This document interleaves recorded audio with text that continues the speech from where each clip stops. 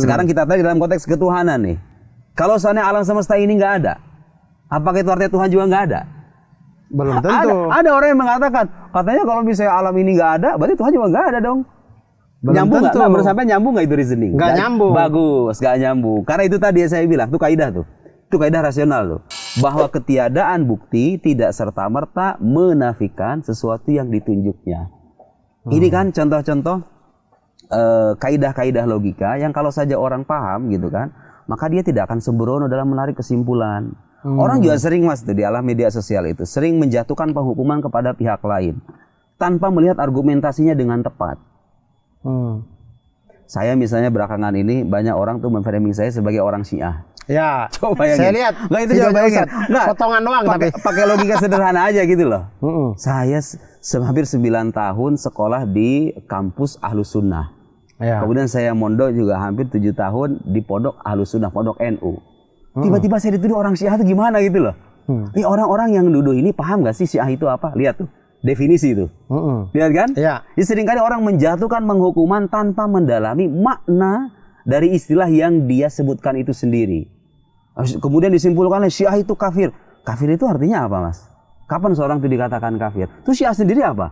Penghukuman Anda bahwa Syiah itu kafir mengharuskan Anda paham Syiah itu apa, ya kan? Kadang-kadang nih orang yang tanya kayak begini kadang nggak paham.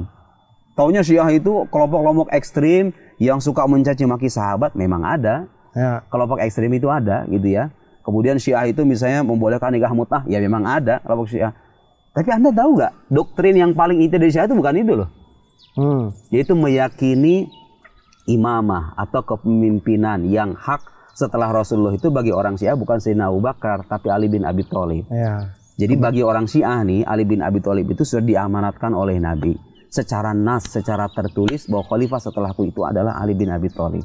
Ada yang mengatakan secara nas, ada yang mengatakan secara isyarat. Tapi yang jelas semuanya sepakat bahwa imamah itu yang berhak mendapatkan kepemimpinan setelah Nabi itu bukan Abu Bakar tapi Ali bin Abi Thalib. Lalu kemudian berturut-turut menjadi 12 saya nggak bagaimana imam itu ya? gitu loh. Saya nggak bagaimana itu. Kok bisa nuduh saya Syiah itu gimana ceritanya?